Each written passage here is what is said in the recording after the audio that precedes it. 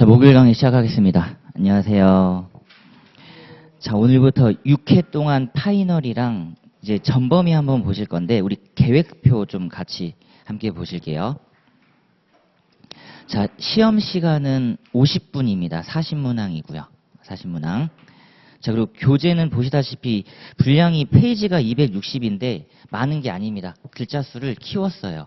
걱정하지 마시고, 이거 건의가 들어와서 글자 수를 좀 크게 해달라는 건의가 들어와서 판형 넓히고 글자 수가 넓혀져서 260이지 실상은 한 220 정도라고 보시면 돼요. 양 얼마 안 된다고 보시면 되겠습니다.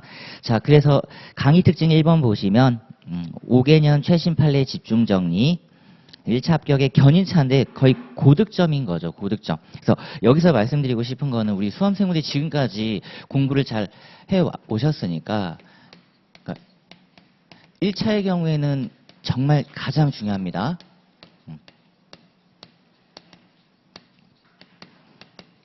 각자 정리하신 분도 계실 거고 혹시 제 강의를 꾸준히 계속 들어주신 분들은 이거 봐주시면 돼요. 조문 판례 민법을 계속 돌려주세요. 조문 판례 민법. 지금부터 한 2회독에서 3회독 정도를 좀 더 돌려주시면 되지 않을까 싶습니다. 작년 기준 31문제.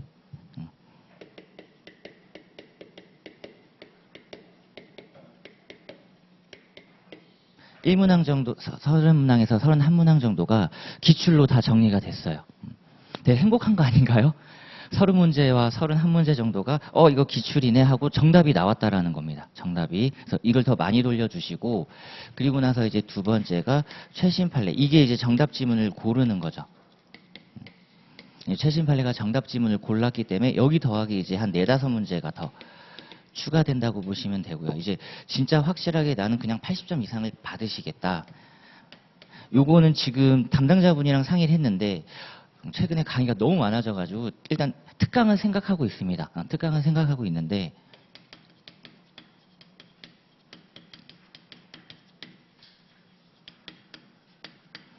민법에서 소송지문이랑 민사집행법 지문이 같이 출제되는 경우가 있거든요. 박스로 쳐가지고 예를 들면 기억지문, 소송지문, 리을지문, 집행지문 나올 수가 있어요. 청구 이해소는 특히 잘 나오니까 민지법 관련돼서. 그래서 이걸 지금 특강으로 한번 생각하고 있습니다. 그러니까 3번은 선택사항이에요. 3번은 선택사항. 여기까지가 필수입니다. 걱정 안 하셔도 되고 여기까지가 필수사항이니까 나는 적당히 한 7, 80점 정도 받으시겠다. 충분합니다. 충분. 이거는 선택사항.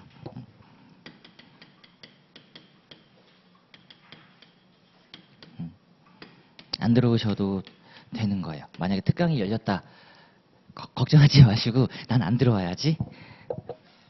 근데 괜히 강사님들이 특강을 열면 이거 꼭 들어야 되나? 이런 느낌이 들잖아요. 전 미리 말씀드릴게요. 제가 특강을 혹시 열어도 안 들어오셔도 돼요. 한 5개년치 소송지문, 집행지문만 묶어가지고 특강 딱 1회 정도로 끝낼 거거든요. 쭉쭉 보는 거죠. 그냥. 합불에 큰 영향을 미치지 않습니다. 이 두 가지가 합불을 갈라요. 이 두 가지. 그 중에 첫 번째, 압도적입니다. 압도적. 7대3 비율로 공부하시는 거예요. 7대3 비율. 그리고 여기서는 다 정리하지 마시고 1차 중심으로 제가 키워드 정리를 해드릴게요.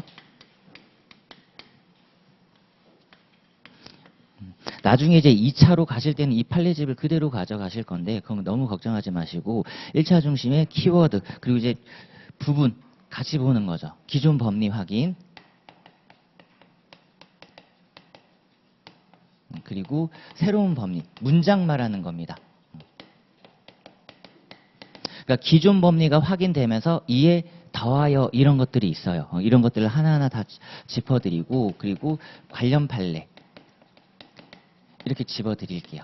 그래서 집에 가셔서는 최신 판례를 보시고 복습을 이쪽으로 돌아가서 해주시면 돼요. 그러면 연결고리가 조금 더 생길 겁니다. 자, 바로 이제 들어가 보도록 할게요. 그리고 마지막 날 시험은 뒤에 있거든요. 계획표 뒷장에.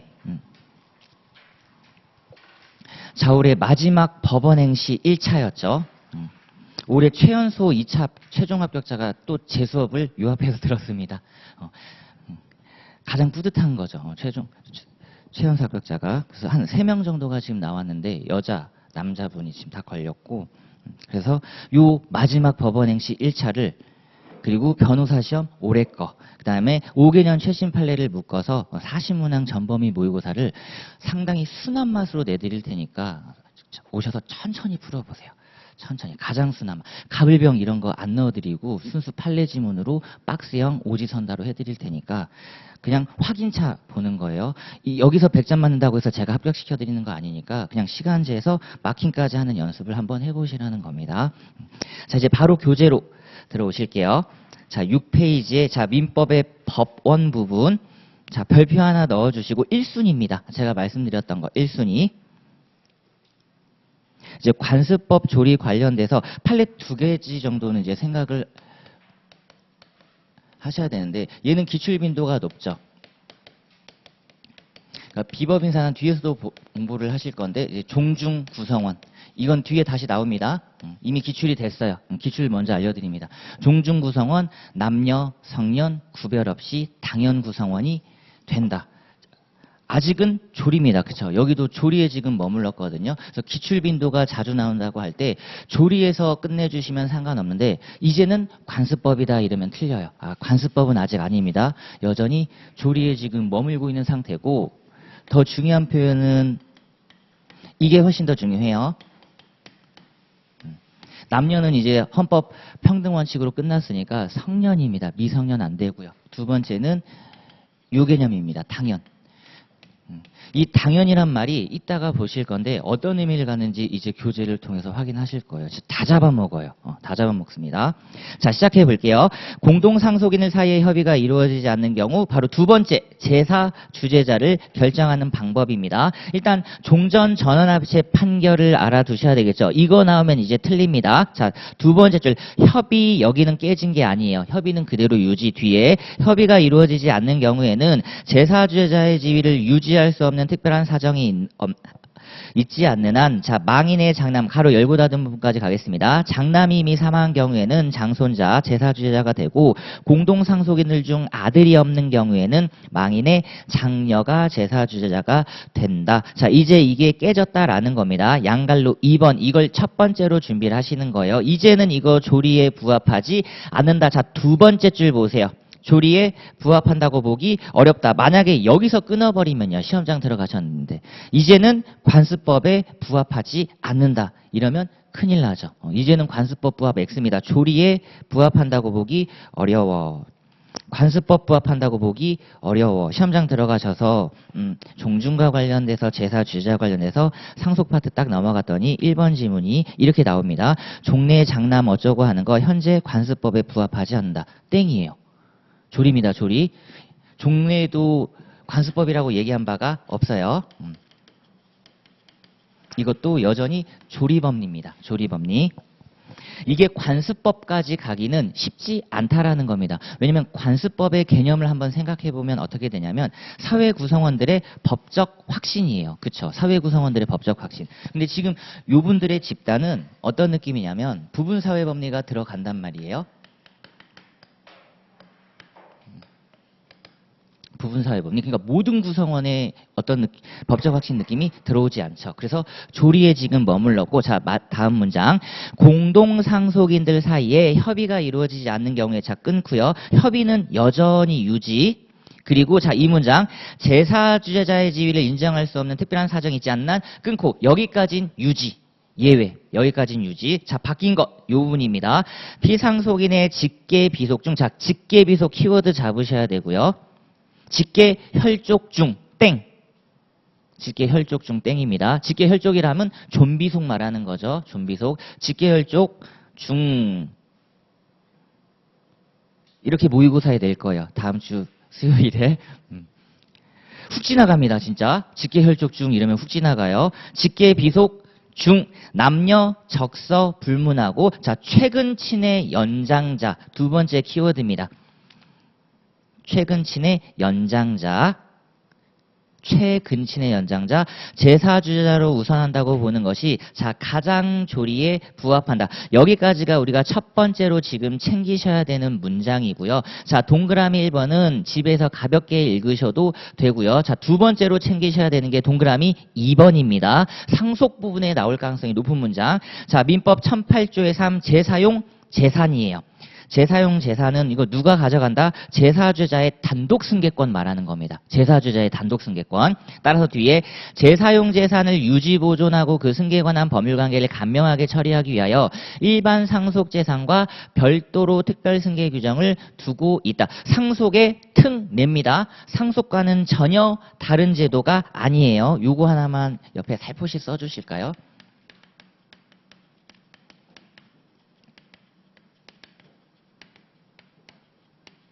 이 문장이 나오면 틀립니다. 상속과 전혀 다른 제도가 아니라 상속의 하나의 특례예요. 소유권 귀속의 특례입니다. 이것도 역시 상속재산으로 들어오는데 재사주자에게 단독 승계하겠다라고 했기 때문에 상속과 전혀 다른 제도가 아니다.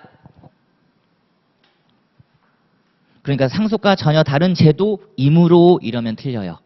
상속과 전혀 다른 제도이므로 틀립니다. 그래서 상속과 전혀 다른 제도가 아니기 때문에 어떤 게 적용되냐면 우리 뒤에서 공부하실 민법 999조 이게 적용되는 거예요. 상속회복 청구권. 이 제척기간이 적용된다라는 겁니다. 상속이 아니면 이게 적용될 여지가 없죠. 상속이기 때문에 이 문장이 적용된다라는 겁니다. 자, 세 번째 줄 여기까지 끊고요. 그래서 제사 주재자의 단독 승계권이다. 이러한 취지를 고려하면 어느 정도 예측 가능하면서도 사회통념상 제사주자로서 정당하다고 인정될 수 있는 자, 두 번째 챙겨셔야 되는 거 1인을 제사주자로 정해야 된다. 1인 키워드를 잡아주셔야 됩니다. 그러니까 왜 1인이 나왔는지 지금 제가 설명을 드렸잖아요. 어떤 의미다? 제사주재자의 단독 승계권이란 말이에요. 제사 주자의 단독 승계권.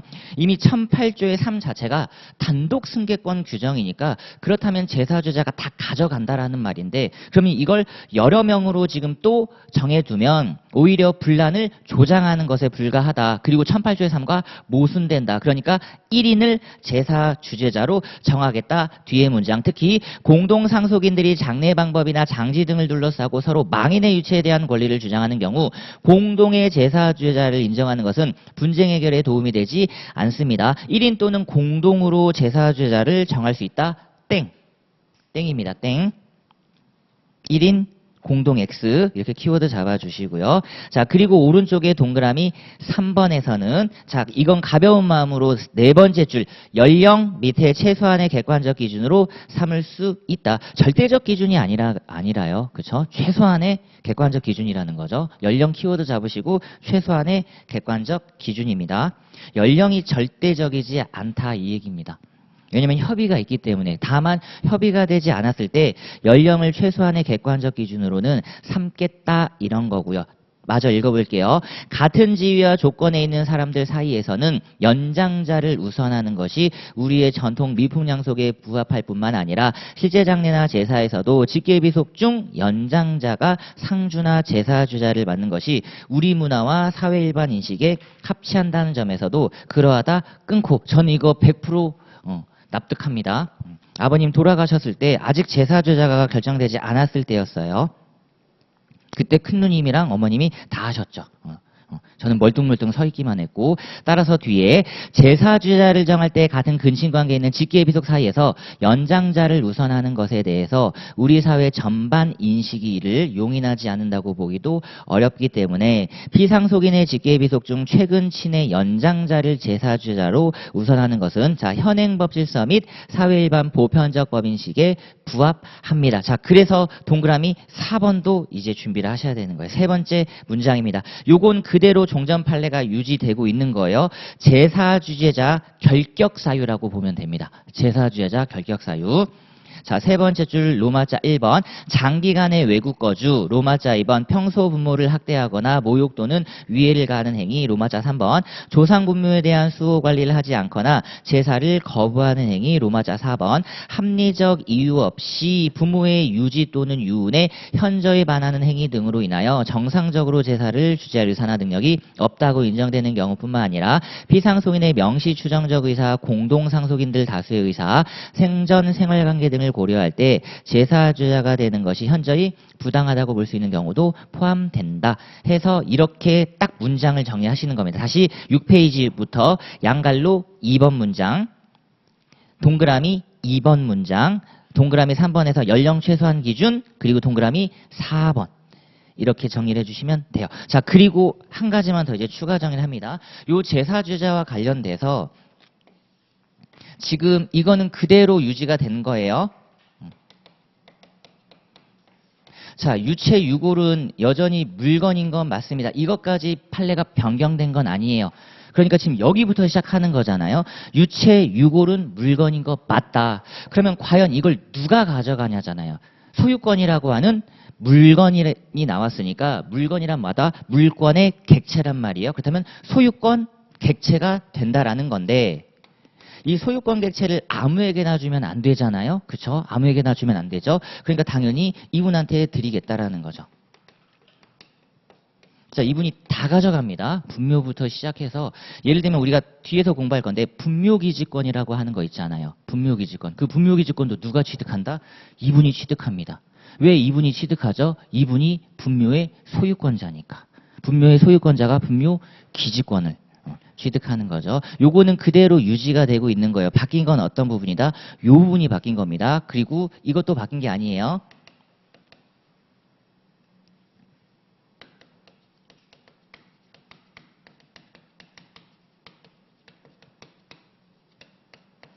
매장 장소는 유언사항이 아닙니다. 그죠? 매장 장소 지정은 유언사항이 아니다.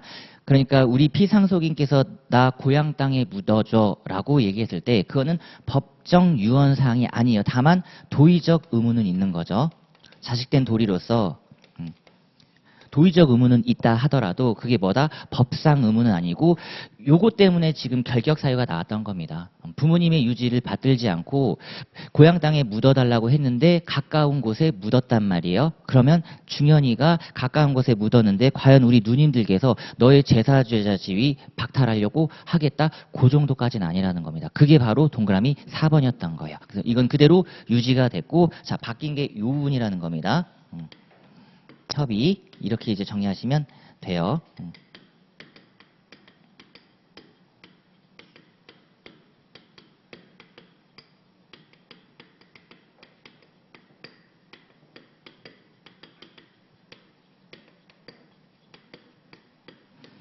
최종 정답 이 한 문장을 위해 지금 빌드업을 한 겁니다. 최종 정답 한 문장이죠. 협의 없으면 남녀 적서 불문 직계 비속 중 최근 친의 연장자 그것도 한 분입니다. 1인. 지금 얘 빼고는 다 기출 문장이라고 보시면 돼요. 이렇게 확인을 하나씩 해보시는 겁니다. 로마자 2번과 관련돼서 이것도 기출 문장이고요. 상속과 전혀 다른 제도가 아니기 때문에 상속회복 정권이 적용된다. 하나의 특례다. 소유권 특례. 그러면 유체유골과 관련된 매장 장소 지정은 어떻게 되느냐? 유체유골도 물건이다. 그러니까 당연히 제사주자가 다 가져간다. 근데 제사주자께서 혹시라도 피상속인의 매장 장소 지정과 관련돼서 이거를 반드시 준수해야 되는가? 그렇지 않답니다. 유언사항이 아니에요. 그러니까 효력이 없다라는 거죠. 다만 도의적인 의무는 있을지언정 법률적 의무는 없다 이렇게 정리하시면 되고 그렇다면 제사주자를 어떻게 결정하느냐 협의 그대로 유지하고 다만 변경된 판례가 남녀적서 불문 직계 비속 중 최근 친의 연장자 한 분입니다. 한 분. 자 이렇게 정리를 하셔서 보시면 될 것 같아요. 지금 한번 그 제가 키워드 해드린 부분 체크해드린 부분만 한번 쭉 눈으로 볼까요? 복습하실 때도 이렇게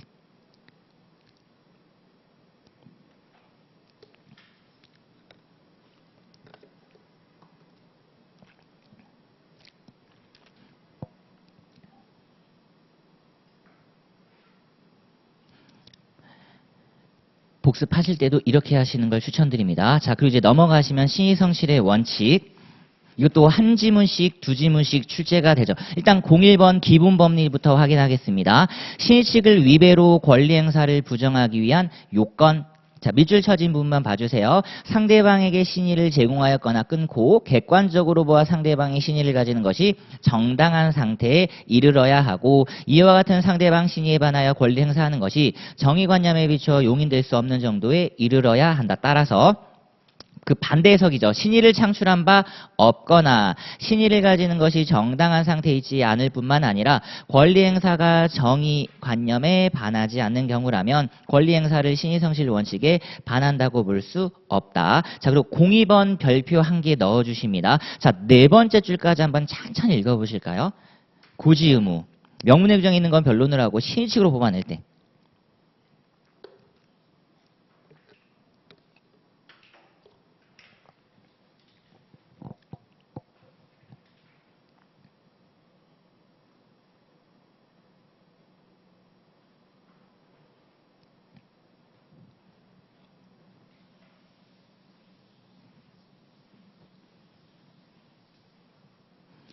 우리 두 가지 기출이 잘 됐던 거.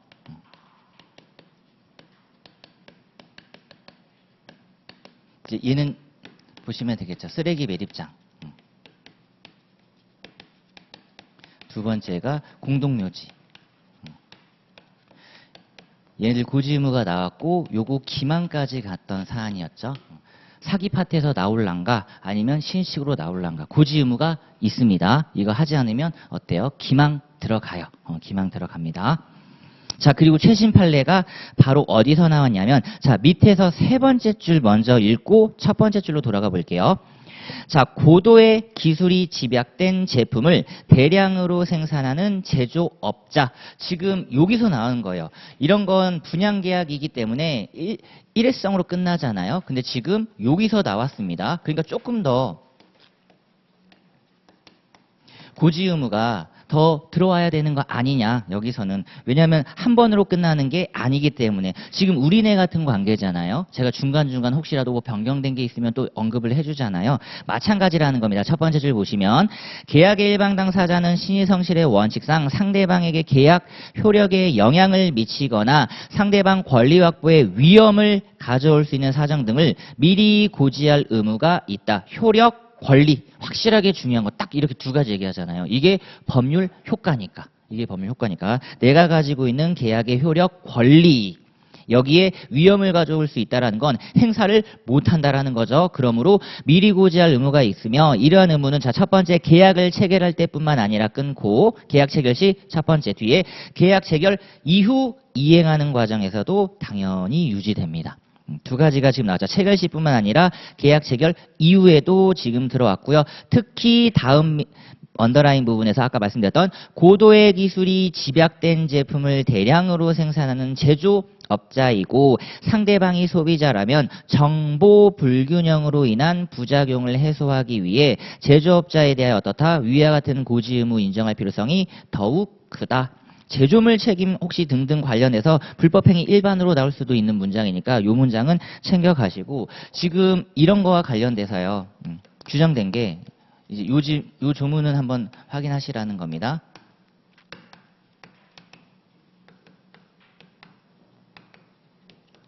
보증계약 체결이 지금 서면 요식으로 바뀌었잖아요.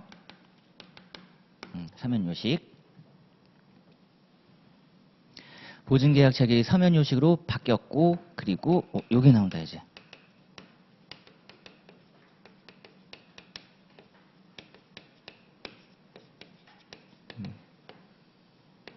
채권자의 정보를 제공해줄 의무가 있잖아요. 이건 명문의 규정에 있죠. 계약 체결 시뿐만 아니라 그 이유. 그쵸, 그 이유에도 유지된다.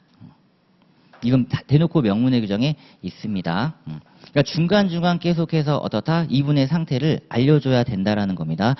이분 지금 변제 기도를 했는데 돈을 안 갚으셨어요. 등등등. 그러니까 이게 규정에 있는 거니까 얘는 조문으로 확인하시고요. 그리고 이게 지금 판례니까 이 부분 한번 확인하시고, 자, 그 다음에 오른쪽에 03번입니다. 자, 이것도 별표 하나를 넣어주시고요. 자, 그대로 읽어볼게요. 계약 성립의 기초가 된 사정이 현저히 변경되고 당사자가 계약 성립 당시 이를 예견할 수 없었으며 그로 인하여 계약을 그대로 유지하는 것이 당사자 이의 중대한 불균형을 초래하거나 계약을 체결한 목적을 달성할 수 없는 경우에는 계약 준수 원칙의 예외로서 사정 변경을 이유로 계약을 해지하거나 해지할 수 있다. 끊고 일단 한 문장.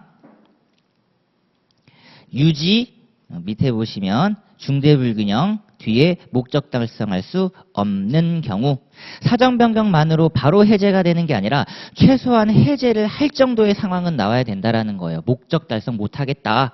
자, 여기서 말하는 사정이라 함은 당사자들의 계약 성립에 자 기초가 된 사정 첫 번째 문장 챙기셔야 되는 거고요. 사정 위에다가 객관적 이렇게 하나 추가해 주세요. 기존 판례 문장까지 확보합니다. 기초가 된 객관적 사정이죠. 개인의 주관적 사정 안 됩니다. 그래서 지금 문장이 또 하나 나왔어요. 객관적 사정을 가리킨다. 기초 객관, 주관 X, 개인 X. 자, 이제 개인적 사정 문장이 어떻게 나오는지 봅시다. 밑에 당사자들이 계약의 기초로 삼지 않은 사정이나 어느 일방 당사자가 변경에 따른 불이익이나 위험을 떠안기로 한 사정은 포함되지 않습니다. 이게 주관적 개인적 사정이죠. 그거 내가 알아서 할게. X 끊고 자 이때 합리적인 사람의 입장에서 볼 때 당사자들이 사정 변경을 예견했다면 계약을 체결하지 않거나 다른 내용으로 체결했을 것이라고 기대되는 경우 특별한 사정이 없는 한 예견 가능성이 없다고 볼 수 있다. 자, 다음 두 줄이야. 자, 계속적 계약에서 요거 이제 다음 거 챙겨갑니다. 계약 체결 시와 이행 시 사이에 간극이 크다. 하나의 판단 인자는 돼도요. 이것만으로는 항상 부족하다가 우리 대법원 판례의 확고한 입장이에요. 뒤에 계속 이런 문장 나옵니다. 시간적 간극이 크다. 그러니까 여러 가지 사정 변경 발생 가능성이 높다. 다만 이런 경우에도 계약을 해지하려면 경제 상황 등의 변동으로 당사자에게 불이익이 발생했다는 것만으로는 부족합니다. 당연하죠. 이건 하나의 요건에 불과한 거예요. 어떤 요건이다? 경제 상황 등의 변동이 예견할 수 없는 객관적이고 계약의 기초가 된 사정이어야 한다. 그리고 이것만으로도 부족해요. 맞죠? 이것만으로도 부족하고 다시 두 번째 줄, 세 번째 줄까지 읽어보세요. 가장 중요한 요건이 첫 머리에 있는 거예요.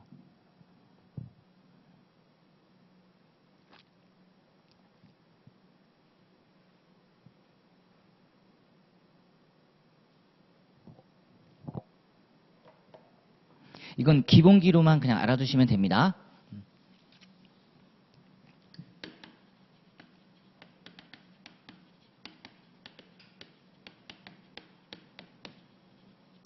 보세요. 해제는 주된 채무 불이행이에요. 주된 채무 불이행. 이 주된 채무가 뭐냐면 이분들이 계약을 체결했잖아요.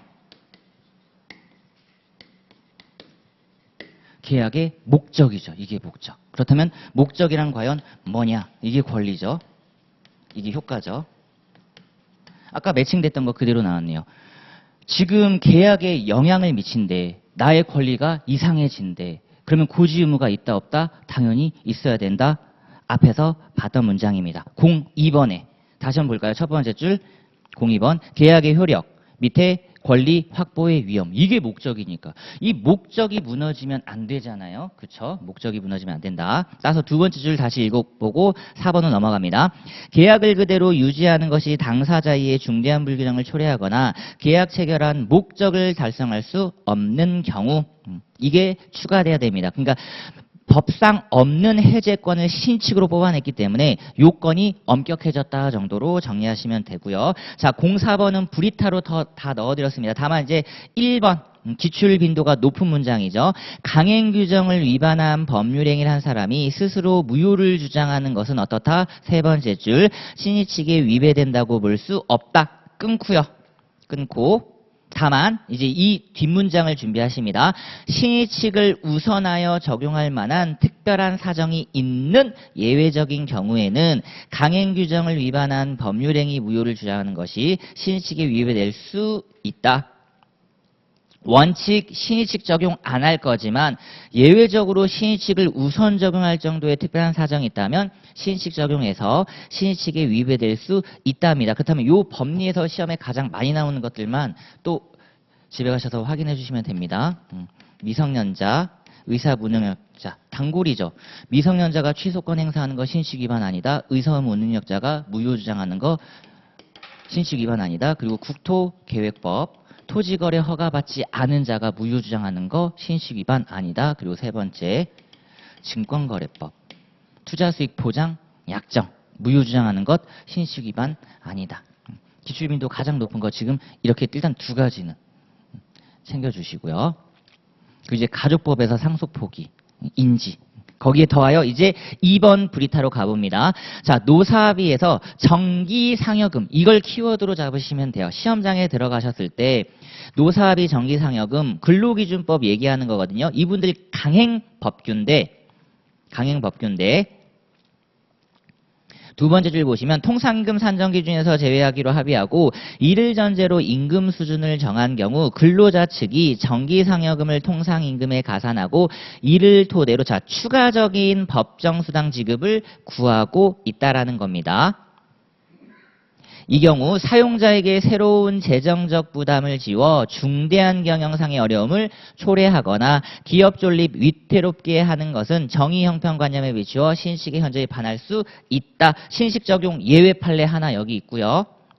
노사합의에서의 정기상여금 이걸로 키워드 잡으시고 네 번째 줄에 중대한 경영상의 어려움, 기존 기업 존립, 위태 정도로 잡아주시고 자, 그 다음에 넘겨보시면 자, 05번입니다.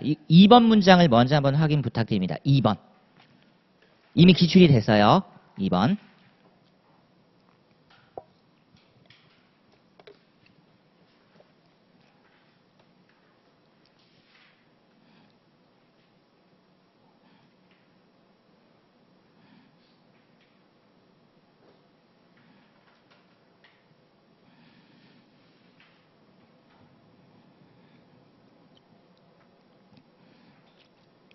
자, 2번 문장이 기출이 이미 됐고 자, 그리고 이제 1번 문장으로 돌아갑니다.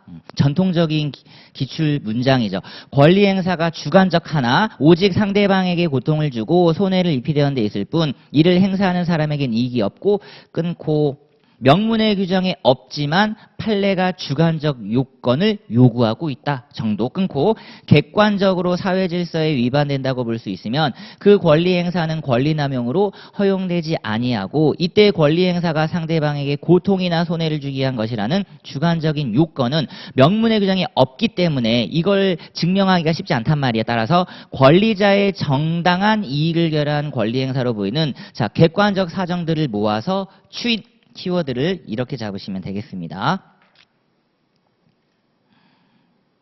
자, 그리고 2번 문장 밑에다가 이거는 가필하셔도 되고 나중에 확인하셔도 돼요.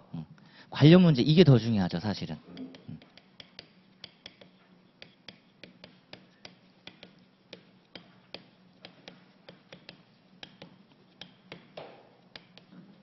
사실 이게 훨씬 더 중요하죠.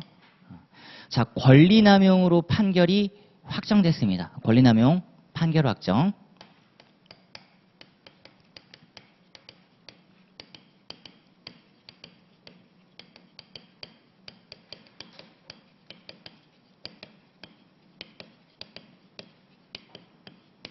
자, 첫 번째 뽑히는 문장 취득 채권으로 채권자 취소권의 피보전 채권은 될 수 없다. 첫 번째 문장이고 그리고 기출 빈도가 조금 높은 것 한번 가볼게요.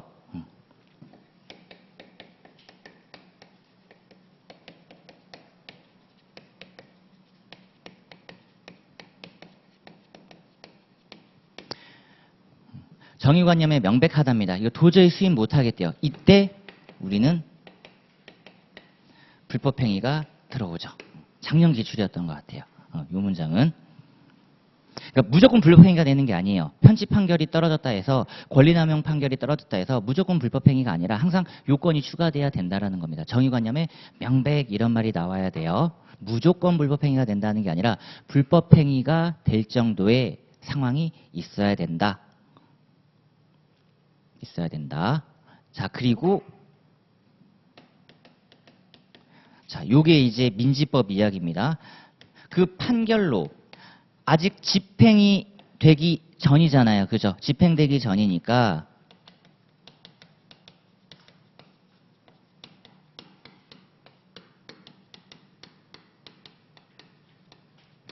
이게 집행지문 첫 번째.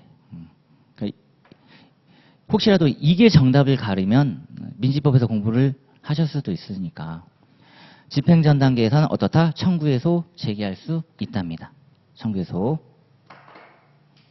자, 그럼 이제 요거 하나, 이게 소송 지문이요. 집행이 이미 완료됐어요.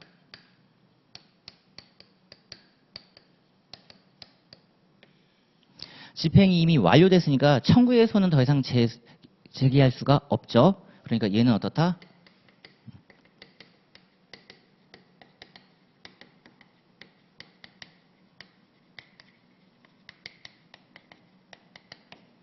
이게 소송지문.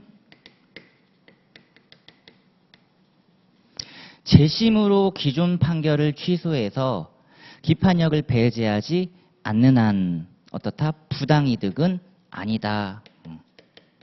이런 게 이제 소송지문인데 부당이득에서 공부하는 것. 이미 공권력이잖아요. 법률상 원인 결여가 아니다. 그 얘기인 겁니다. 이렇게 네 문장이 뽑히셔야 돼요. 권리남용은 이 네 개가 중요한 겁니다. 네 개가. 편집 판결 관련돼서 그 이후에 채권자 취소권, 피보전 채권 안 된다. 불법행위도 무조건 되는 게 아니라 정의관념, 명백관념, 반함이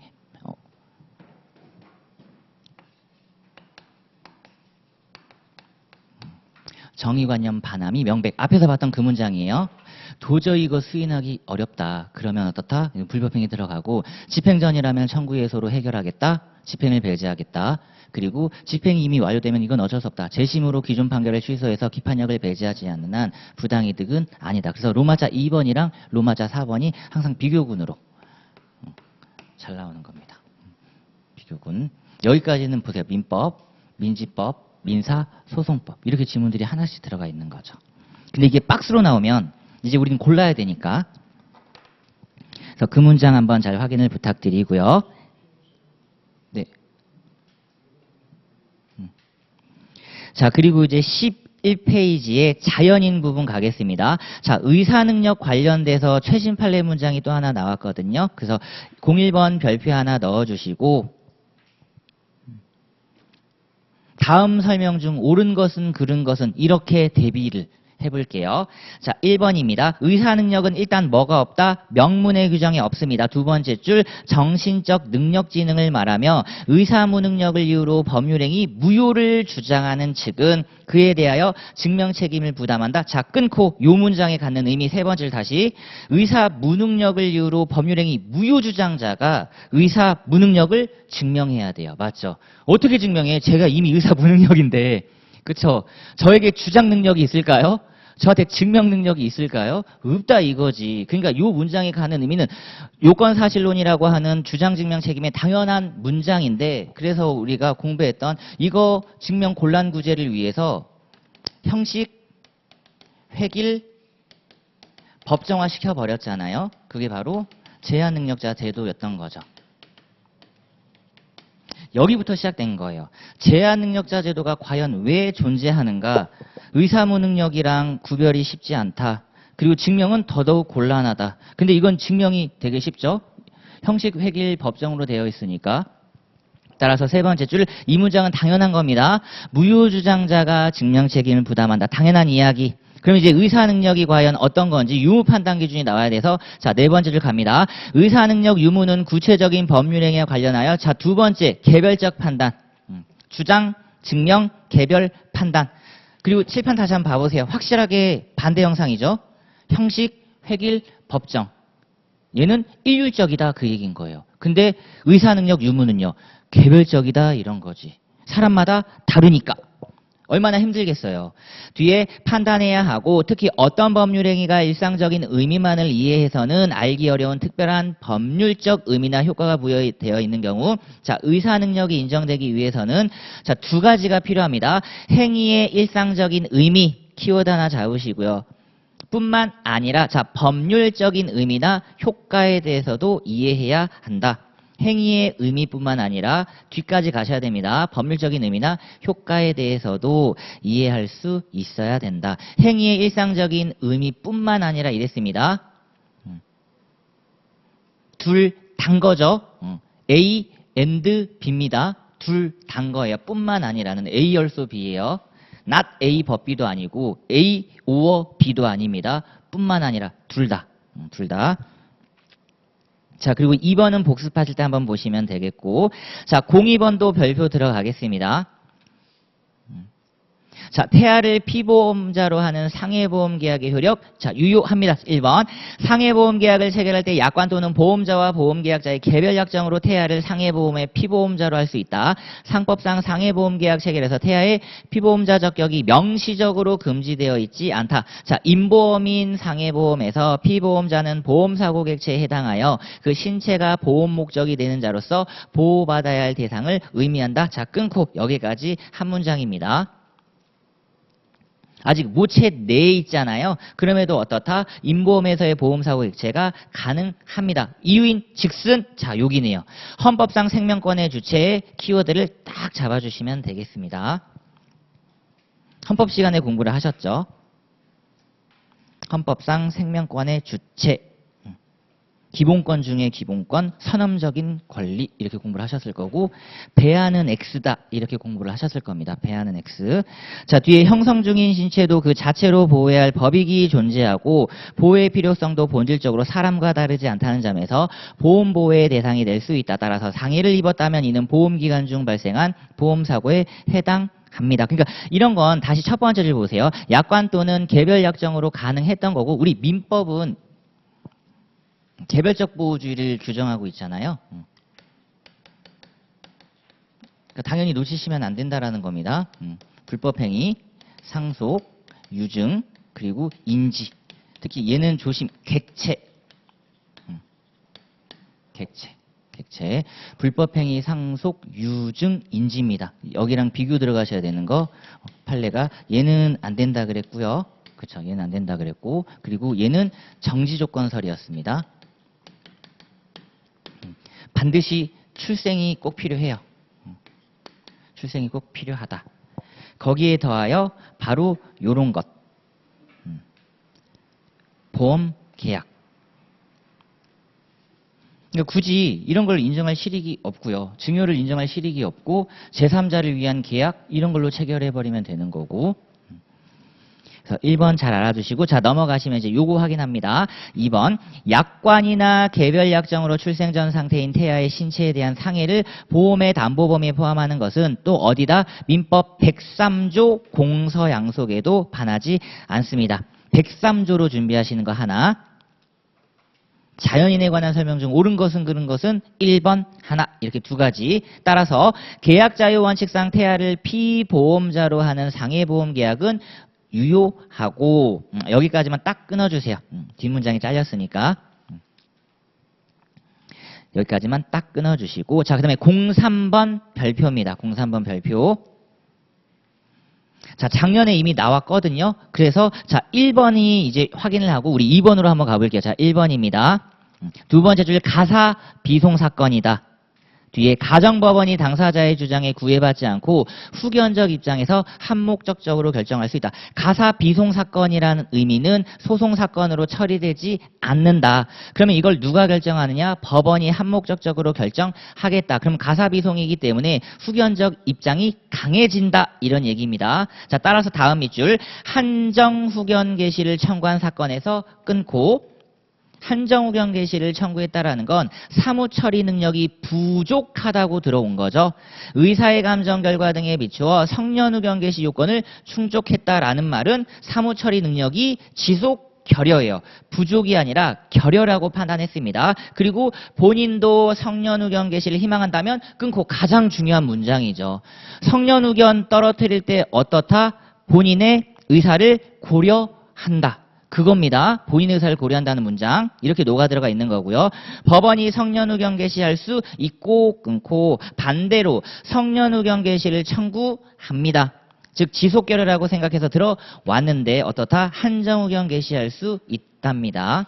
왔다 갔다 가능하다. 자, 그래서 이제 2번에 가사소송법 규정 한번 복습하실 때 쭉 읽어보시고 의사감정 능력이 필요한데 자, 다음 밑줄입니다. 준비하셔야 되는 거. 의학상으로 본 정신능력을 기초로 하여 성년후견이나 한정후견 개시 요건이 충족되었는지 여부를 결정하라는 의미다. 위에 있는 가사소송법의 규정은 따라서 피성년 후견인이나 피한정 후견이 될 사람의 정신상태를 판단할 만한 다른 충분한 자료가 있는 경우 여길 키워드 잡아주시면 될 것 같습니다. 다른 충분한 자료가 있다면 뭐가 필요 없다. 밑에 의사의 감정이 없어도 됩니다.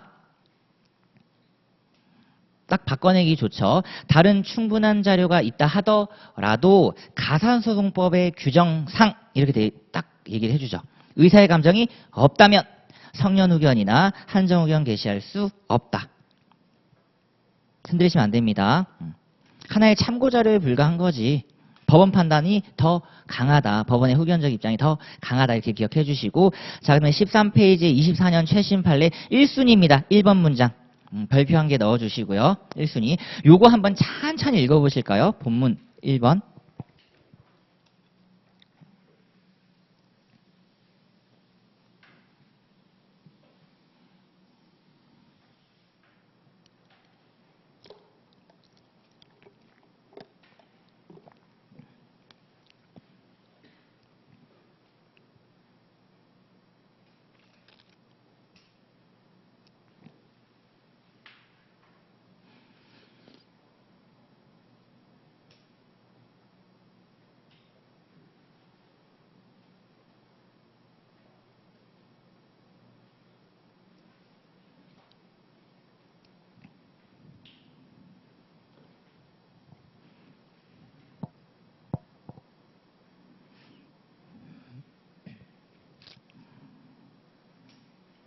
저랑 세 가지를 확인할 건데요.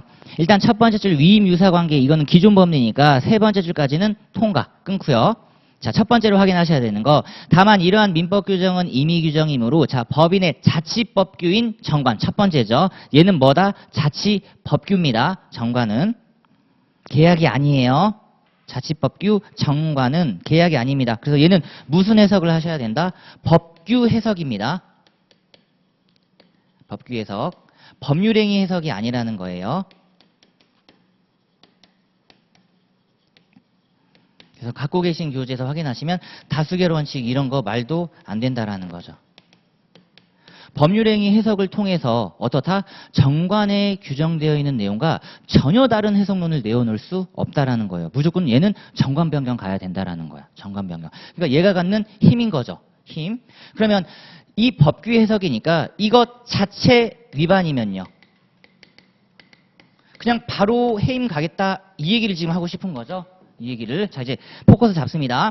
자치법규인 정관으로 이사의 해임 사유 및 절차 등에 관하여 별도 규정을 줄 수 있다 끊고, 이러한 규정은 법인과 이사의 관계를 명확히 하는 것 외에 이사의 신분을 보장하는 의미도 아울러 가지고 있으므로, 자, 두 번째 확인하셔야 되는 거, 단순 주의적 규정으로 볼 수 없습니다. 단순 주의 규정이 아닌 거예요. 따라서 자, 이제 마지막 문장 여기까지 오기 위함입니다. 법인의 정관에 이사의 해임 사유에 관한 규정이 있는 경우 이사의 중대한 의무 위반 또는 정상적인 사무집행 불능 등의 특별한 사정이 없는 한 법인은 정관에서 정하지 아니한 사유로 이사를 해임할 수 없답니다. 이거 반대 해석론을 준비해 주셔야 돼요. 제가 객관식에서 이렇게 내면 수험생분이 대부분 이제 흔들리거든요. 자, 보세요. 자체 위반이니까 해임이잖아요. 근데 정관 위반 사유가 없어요.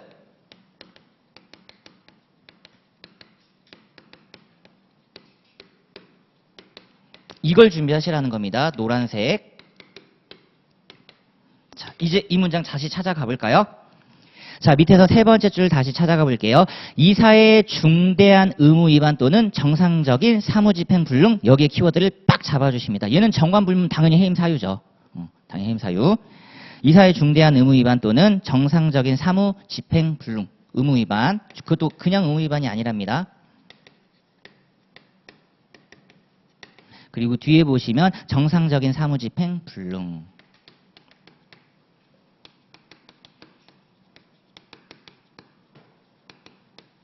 요러면 돼요. 이러면 됩니다. 이거 상법에 있는 거죠. 우리 수험생분들이 상법에서 공부하셨을 거예요.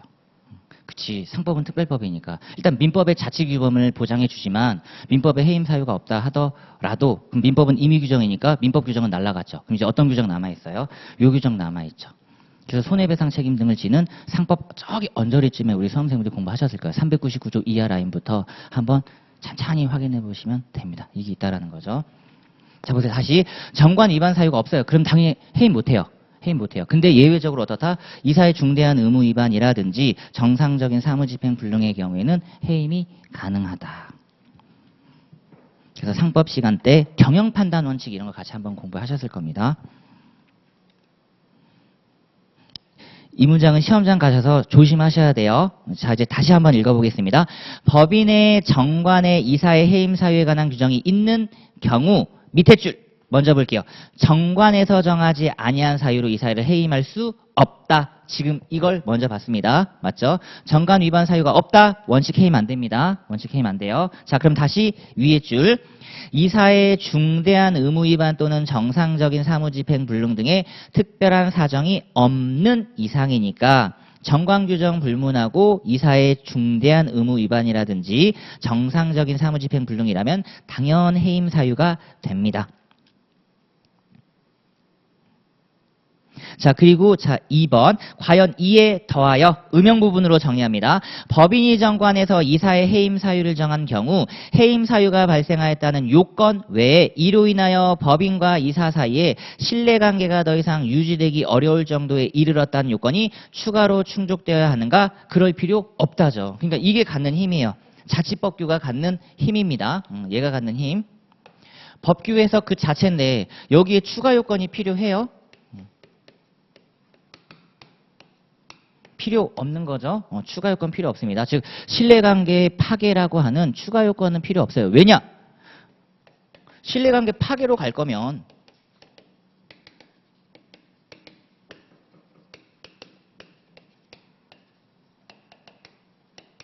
이게 위임인 거잖아요.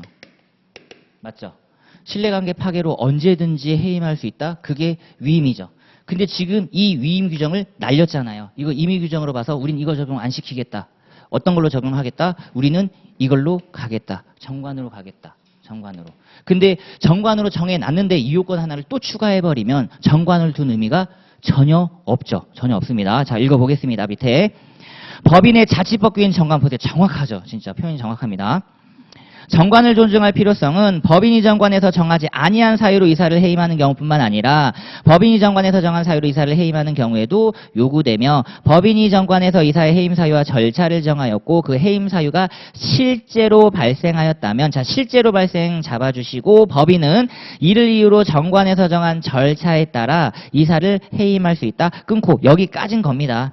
이에 더하여 추가 요건을 요구하는 것은 정관을 또 보세요. 달리 해석론을 내어 버린 거잖아요. 뒤에 이때 정관에서 정한 해임 사유가 발생하였다는 요건 외에 이로 인하여 법인과 이사 사이의 신뢰관계가 더 이상 유지되기 어려울 정도에 이르러야 한다는 요건이 추가로 충족되어야 법인이 비로소 이사를 해임할 수 있는 것은 아니답니다. 즉 정관과 다른 해석론을 내어놓아서는 안 된다 이거예요. 법규 해석이기 때문에 문헌에 충실하셔야 돼요. 법률행위 해석론을 내어놓으면 안 됩니다.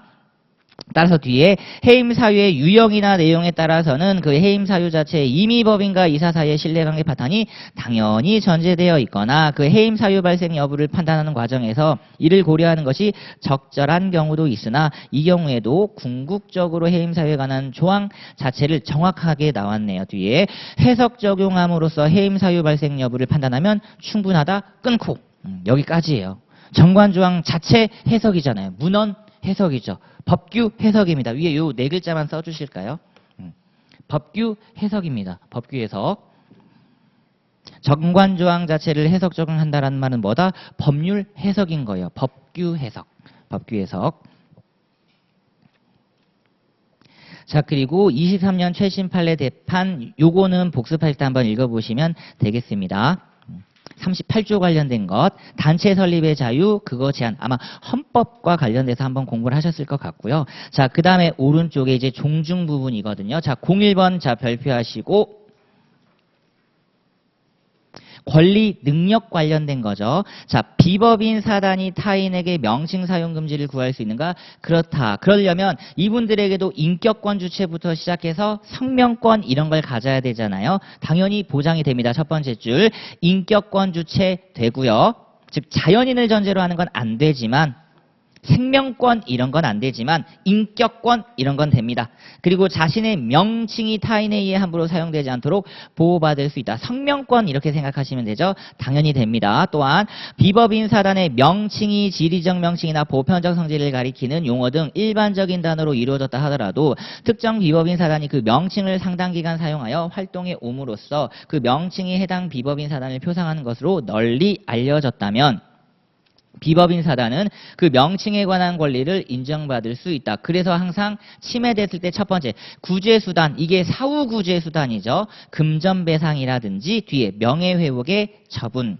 금전배상 원칙이고 예외적으로 인격권이니까 명예회복의 적당한 처분. 자, 끊고 이것만으로는 부족하니까 밑에 줄, 자, 사전 예방적 구제수단, 기출빈도가 높은 문장입니다. 치매행위 정지 방지 등의 금지 청구권이 인정될 수 있다. 전통 강자. 기존 법리. 자, 따라서 이제 이해 한번 확인하시면 돼요.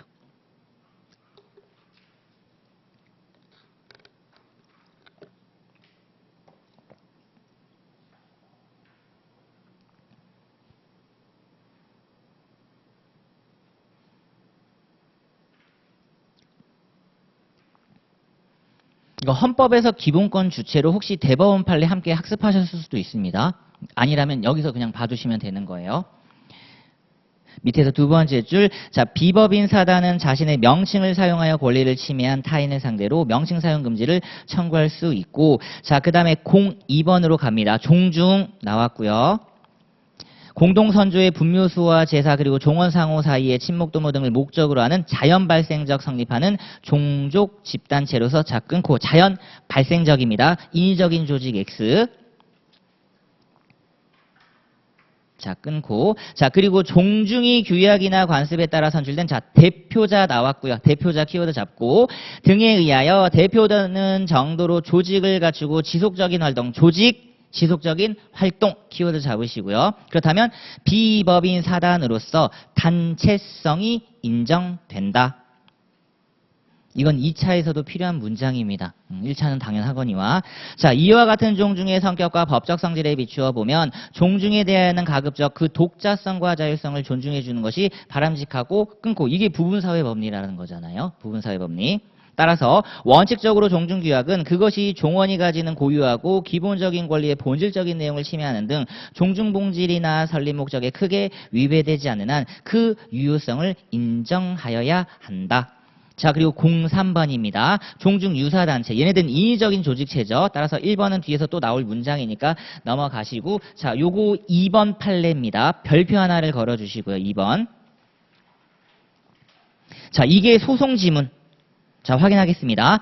당사자 능력은 소송 요건에 관한 것으로서 그 청구당부하는 별개의 문제인 것이며 소송 요건은 사실심 변론 종결 시에 갖추어져 있으면 되는 것이므로 고유 의미의 종중 또는 종중 유사의 권리 능력 없는 단체가 비법인 사단으로서의 실체를 갖추고 당사자로서의 능력이 있는지 여부는 사실심인 원심 변론 종결 시를 기준으로 하여 그 존부를 판단한다. 자 끊습니다. 어떤 의미냐? 종중 유사 권리 능력 없는 사단은 상관없는데 종중은 자연 발생적 종족 단체라고 했잖아요. 다시 종중은 성립 자체가 자연 발생적 종족 단체입니다. 그렇다 하더라도 이분들이 민사소송법상 당사자 능력을 갖추려면 민사소송법 요건은 당연히 구비를 해야 된다라는 거예요. 아까 제가 체크해드렸던 대표자 있을 것, 그리고 어떻다? 지속적인 활동을 해올 것. 당연히 그런 것들은 요건을 갖춰주셔야 됩니다. 그걸 어디까지 확인하겠다? 사실심의 원심인 변론 종결 시까지 계속해서 법원이 판단해 주겠다. 그러니까 종중이 당사자인 사건에서 종중의 대표자에게 적법 대표권이 있는지는 소송 요건에 관한 것으로서 법원의 직권조사 사항이다. 자 여기까지 딱 끊으시면 됩니다. 이게 소송 지문이에요. 챙기셔야 되는 것. 다만 법원으로서는 그 판단 기초 자료인 사실과 증거를 직권으로 탐지할 의무까지는 없습니다. 탐지 X. 법원이 직접 조사하지 않겠다 이건 거예요. 법원의 자료 수집 X 이런 의미입니다. 탐지란 말은 자료 수집 X. 자료 수집은 당사자가 탐지 X 조사까지만 없다 하더라도 끊고 이미 제출된 자료들에 의하여 그 대표권적법상의 의심이 갈 만한 사정이 엿보인다면 상대방이 이를 구체적으로 지적하여 다투지 않더라도 이에 관하여 심리 조사할 의무가 있다라는 겁니다. 옆에다 써버릴까요? 직권조사 사항입니다. 직권조사 사항. 직권조사 사항. 자, 요 녀석은 챙겨주시는 거예요. 조금만 더 하고 1교시를 쉬겠습니다. 선생님 힘들어 하시니까. 고민하지 마시고 얘 성립은 자연이에요. 자연, 인위적 이런 거 필요 없습니다. 이런 거 필요 없어요. 근데 이분들이 분쟁이 생기면 어쨌든 소송으로는 해결을 해야 되잖아요. 소송으로. 그렇다면 그때 필요한 게 당사자 능력이라고 하는 겁니다. 여기서는 권리의 주체인 거고요. 여기서는 당사자 능력으로 이름이 바뀌어요. 당사자 능력으로. 그렇다면 이 당사자 능력과 관련해서 민사소송법에서 규정을 둬요. 뒤에 조문이 나옵니다. 52조. 그래서 요거 하나 챙기셔야 되는 거고, 자, 민소법 52조를 두고 있는데 이분들이 들어갈 때 이제 확인하셔야 되는 것, 기존 기출지문까지 싹 다 갑니다. 단체 명의 됩니다. 이걸 지금 저랑 공부하고 있는 거예요. 단체 명의. 그럼 두 가지가 필요해요. 대표권자. 그리고 보세요. 단체성 필요하다고 했으니까 아까 제가 말씀드린 지속적 활동. 당연히 뭔가 하죠. 대신 이제 비영리일 뿐인 거고, 대표권자가 존재하고 가장 중요한 것. 자, 많이 봤던 거 여기 있습니다. 사원총회 결의를 반드시 거쳐라. 맞죠? 사원총회 결의를 반드시 거쳐라. 사원총회 결의를 거치는 행위에는 얘는 당연히 들어갑니다. 기존 기출 막강 파워죠. 관리처분 행위. 자, 관리처분 행위에 사원총회 결의를 거치지 않았대요. 그 법률 행위의 효력은 어떻다? 무조건 무효예요. 절대적 무효입니다.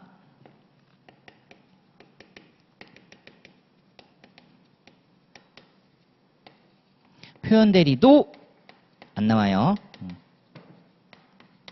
전통적인 강자 기출. 위반 시 절대 무효고 표현대리도 안 나온다. 그래서 시험에 가장 많이 나오는 것.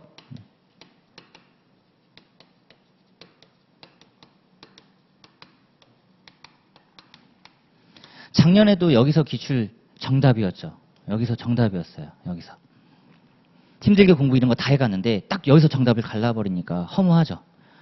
사원총회 결의를 거치지 않았다. 절대적 무효다. 표현대리도 성립할 여지가 없다. 보증계약은 관리처분 행위가 아니니까 사원총회 결의를 거칠 필요가 없다. 이게 정답이었습니다. 근데 요걸 이제 계속 생각하시라는 겁니다. 보존행위도 이렇게 가셔야 돼요. 개인, 단독 안 됩니다. 그러니까 보존행위가 전화판으로 이제 준비를 하셔야 되는 거고. 그러니까 사원총회 결의가 끊임없이 확인이 돼야 되는 거고요. 지금 우리가 보는 판례는 바로 요겁니다. 가장 중요한 거, 대표권 전부. 얘네들 다 뭐라고요? 소송 요건이라고 하는 거예요. 이거는 법원이 직권으로 조사까지입니다. 탐지까지는 안 가고요. 언제까지? 사변종까지. 그러니까 시험장 들어가기 전까지는 그냥 이렇게만 가져가시면 될 것 같아요. 한 문장 정도입니다. 소직사, 소송요건이다, 직권조사다, 사실심 변론정 결시까지 법원이 심리조사하겠다. 탐지까지 하냐? 아니다. 탐지까지는 안 가겠다. 탐지까지는 안 가겠다. 탐지까지는 가지 않겠다. 그래서 이 부분을 확인하셔야 되는 거예요. 기출 빈도가 높고. 그리고 구성원 전원 명의로 가는 것. 갖고 계신 교재 보면 이렇게 되어 있잖아요. 단체 명의로 하던가 구성원 전원 명의로 하던가 이렇게 되어 있죠. 구성원 전원 명의로 하던가.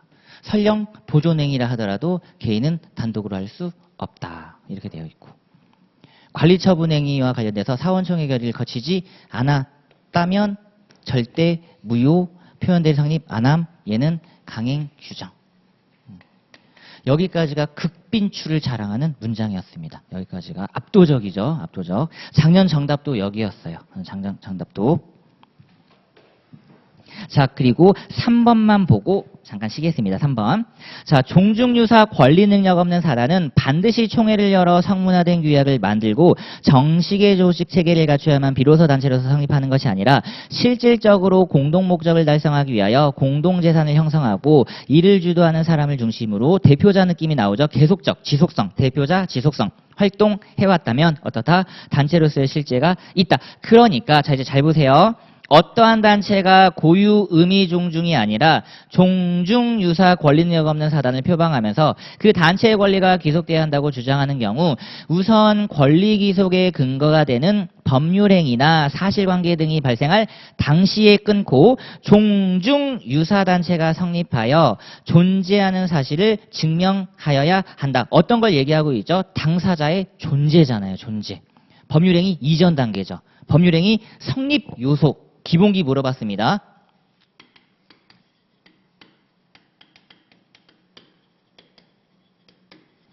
지금 기본기 물어봤죠. 얘가 먼저 나와야 될 거 아니에요. 맞죠? 도롱뇽이 권리의 주체가 됩니까? 환경권의 주체가 됩니까? 우리 지금 도롱뇽이 지금 터널 공사가 뚫려가지고 환경권 파괴당했어. 말도 안 되는 소리죠. 그러니까 이거부터 확인이 돼야 돼요. 그럼 당사자는 우리는 이렇게 있잖아요. 자연인, 법인, 정확하게는 단체. 그럼 단체는 두 집단이죠. 법인, 비법인. 그리고 비교군으로 민법상 조합. 왜 CF를 걸었는지 아시겠죠? 이분은 능력자가 아니니까. 권리 의무 주체가 될 수가 없단 말이죠. 민법상 조합은. 그러면 얘네들이 먼저 확인돼야 돼요. 내가 사람이라는 것, 얘가 법인이라는 것, 얘가 비법인이라는 것, 그거예요. 이거 증명하고 자 이제 보세요. 다음으로 정확하죠. 당해종중 유사단체의 권리가 귀속되는 근거가 되는 정확하다. 법률행위 등 법률행위 요건이 갖추어져 있다는 사실을 증명한다. 이제 이분들이 어떤 걸 한다고요? 법률행위를 하잖아요.